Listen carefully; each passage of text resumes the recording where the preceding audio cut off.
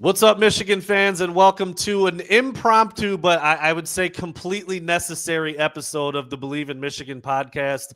I am Brandon Brown, joined as always by Grant Perry. And Grant, news obviously has now broke. I guess this closes the book a little bit on this chapter of Michigan football, and the whatever label you want to put on it, whether it was the advanced scouting or sign stealing or Stallions Gate or whatever name you want to give this thing, it appears to have finally come to a close. Michigan has been handed out penalties.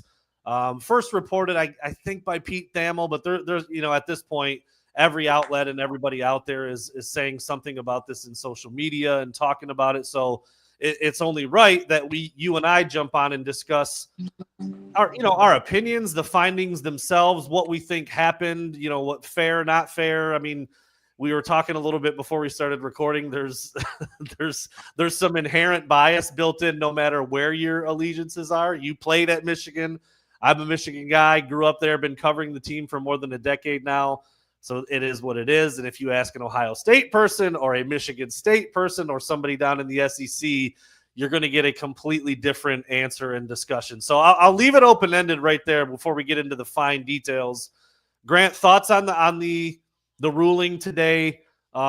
It's mostly financial. We'll get into the numbers here in a minute, but a lot of people are saying this is just a slap on the wrist. Like, why even do this? The NCAA, blah, blah, blah, blah, blah. Just open-ended thoughts on exactly what happened today and where your head is. Yeah, I mean, it's interesting, man. Like it's this show has finally come to an end, right? The curtains are closed, and the applause or the what you look forward to after the show is like everyone's kind of like, well, that's it. Like, did we get our money's worth? And some people love that, Michigan fans, and some people hate that, Ohio State and the other Big Ten, and really the nation is thinking that this isn't the biggest penalty that could have came down on Michigan. And there's an argument to be made that they could have went a little bit harder. But I just think, and I've heard people chat and whatnot, and it's like you think, if you heard what the Big Ten commissioner, Tony Petitti, said, he thought that, Michigan, shouldn't really have any more infractions or violations or penalties. And you got to think, too, maybe that's because Michigan's such a big face in this country, right, in football and holds so much power, right? Why would you want one of your big faces penalized for the next 4 or 5 years that would hurt the brand, hurt the Big Ten? But it's interesting, man. There's debate to be had, right? Is it enough or is it too lenient?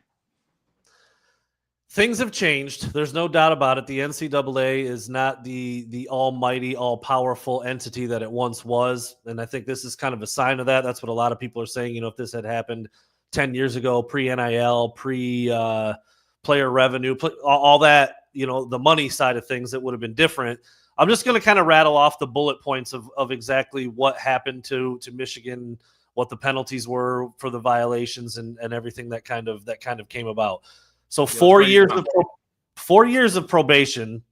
I don't even exactly know what that means. Does that mean the very next teeny tiny little slip up, something more? I don't really know. There's probably a longer explanation within the official documents, but 4 years of probation. The financial penalties are as follows, and this is where most of the damage is done.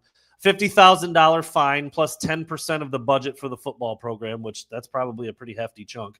A fine equivalent to the loss of postseason competition revenue sharing associated with this upcoming season and next season, and a fine equivalent to the cost of 10% of the scholarships awarded in Michigan's football program for this next season. 25% reduction in football official visits during the 25-26 season, so a little bit of a jab there for recruiting. A 14-week prohibition on recruiting communications in the football program during the probation period. Again, that's pretty wordy. I don't really know exactly what that will entail. Again, there's probably a more detailed description of it out there in the official documents. And then in terms of the individuals, Connor Stalions, an 8-year show cause order restricting him from all athletically related activities. Jim Harbaugh, a 10-year show cause order, which is essentially nothing because he's coaching in the NFL and was never going to come back to college. I mean, he's approaching his mid-60s. He rode off into the sunset, won a national title. He's not coming back to college. Like that sounds hefty, but it's really not going to affect him at all. Denard Robinson, a 3-year show cause order, and Sharon Moore, a 2-year show cause order, but it says that he is not prohibited from engaging in coaching or other athletically related activities during the show cause period. So in essence, he's getting that 3-game suspension, 2 games this year, 1 game next year, and that's pretty much it for him personally. So I just said a lot there. I went down, multiple bullet points, multiple people, kind of some weird numbers, percentages, so we don't even know exactly what that amount might be. But again, mostly a financial penalty. Sharon Moore will certainly feel it for 2 games this year and a game next year. A little bit of a ding when it comes to recruiting and what Michigan's able to do. But all in all, it's not this, the hammer. The hammer has been talked about for months and months and months from opposing fan bases. They couldn't wait. I mean, dude, this is not a hammer. It's just not. And whether you think it's fair or not, it's over now. These are the rulings. It's a big hit in the financial department, but Sharon could get on the phone and call Stephen Ross, and they'd be good. They won't even feel this. I mean, that's literally like as serious as it is. So again, a mouthful. Take any part or any parts of it that you want there, Grant, and kind of give your feel on, the money fines, the show cause stuff for Connor Stans, Jim Harbaugh, Denard Robinson, Sharon Moore, the recruiting stuff, just kind of all of it there.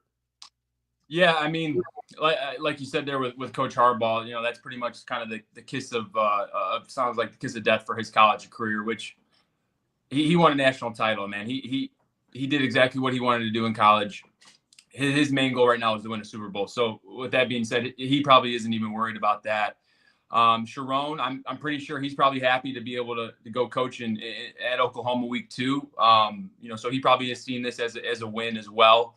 He'll have to miss a game next year, and I'm sure they'll figure that out and which one that is. But when you look at it too, it could affect them recruiting wise, right? 25% reduction in recruiting does kind of limit you to certain windows with certain prospects, and you might not be able to get all the guys that you want in, which in the long run probably won't kill you, but there could be a guy that slips through the cracks that ends up being a gem that you miss on, and he could have really been a guy that did something for Michigan. And I mean, the other show cause orders, Connor Stallions, if he wants to coach in college, that's going to be tough. Obviously for the next couple of years, he's not going to be able to. And Denard, same thing there. So those guys, you saw Connor Stallions head over to high school in Michigan and coach and take a different path. So everyone's kind of finding their way. And I think that's kind of why it's hitting other fan bases kind of like a slap in the face a little bit, right? Everyone's kind of going their own way, and no one's really fine, right? Michigan has deep pockets, so seeing a $20 million fine slapped on there, other people aren't really too concerned with that. Versus if that's a lower tier program, that might really put your team out of commission for a few years. And Michigan, that's like you said, that's a few phone calls, and we can get that squared away.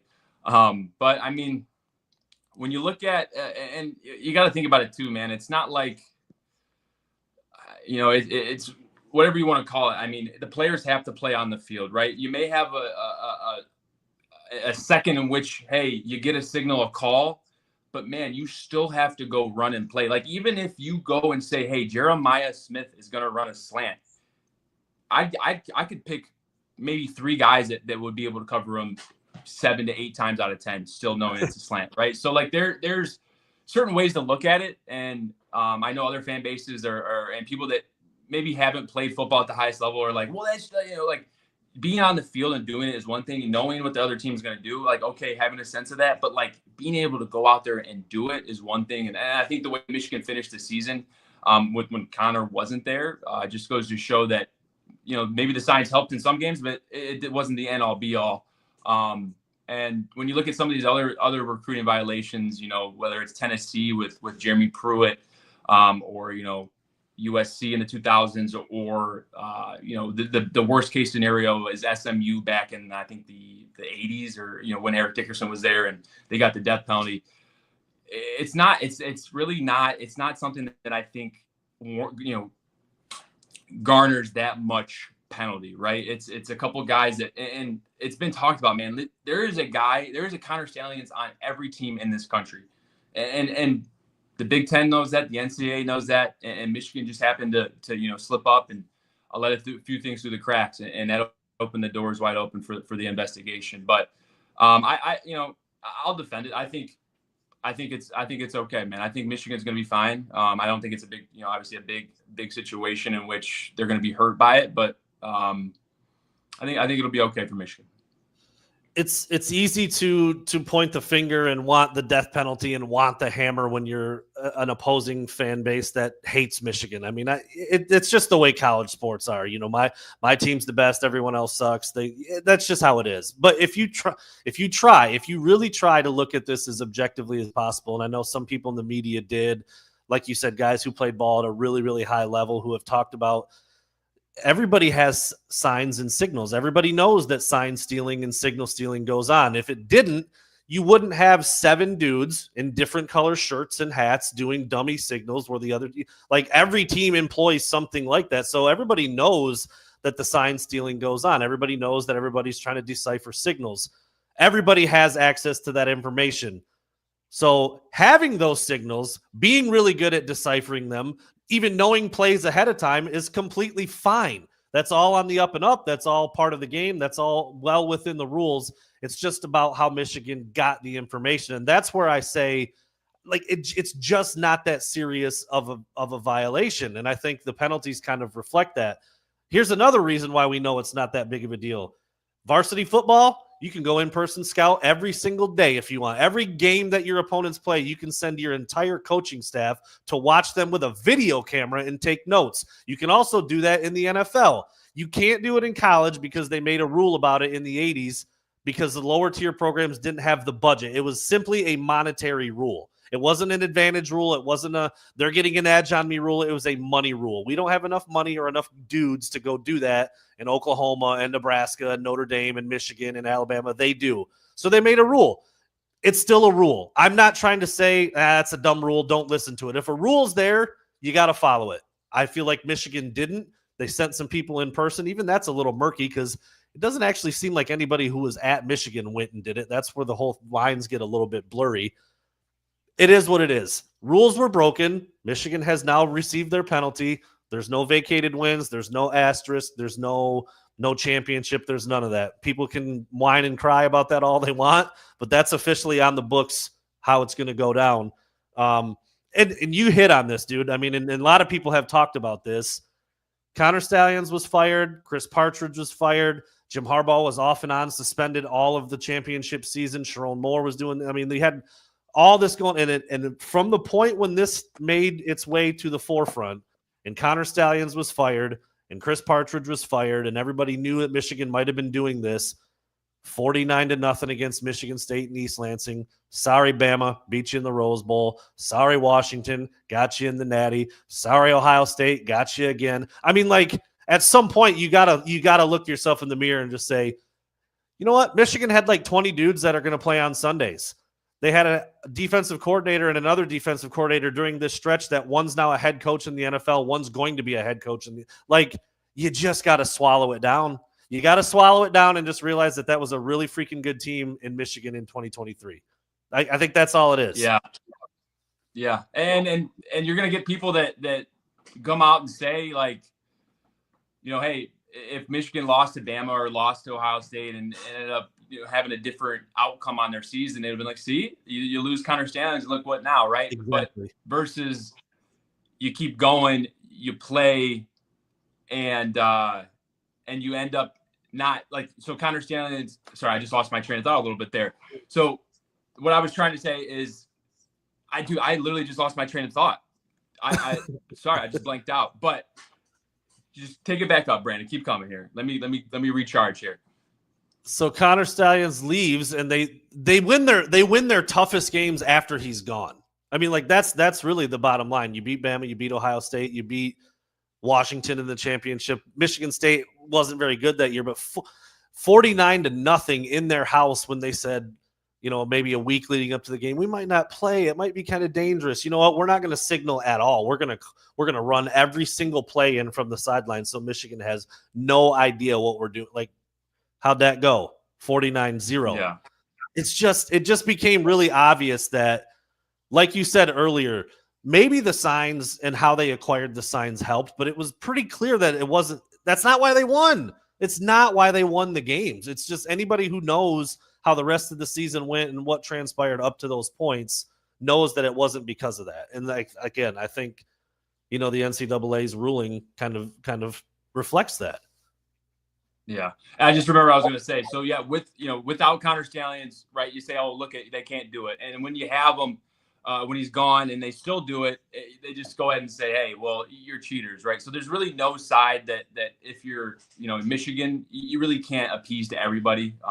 In that situation, if you had lost without Connor Stallions, right, you get that argument. Look, you needed him to win, but they ended up winning without him. And that kind of takes that away. And that leaves a sore taste in people's mouths, right? Because they're like, hey, they cheated and they won, right? Something's not right. And I really wouldn't even call it cheating, man. It's just it's people that care, people that are trying to find an edge. And when back to your other point, B, is it's a rule, right? And we're looking at rules, and when you compare rules that are broken, versus different programs, right? Tennessee with Jeremy Pruitt and the recruiting violations and the improper benefits. Right, there's a level of rules, right? Just like in the law, right? There's a level of law that, like, hey, if that guy crosses that line, that's pushing it, right? I'm not going to associate with that. Versus like a guy gets a traffic infraction, and you're like, oh, dude, like, come on, pay your ticket, let's keep rolling, man.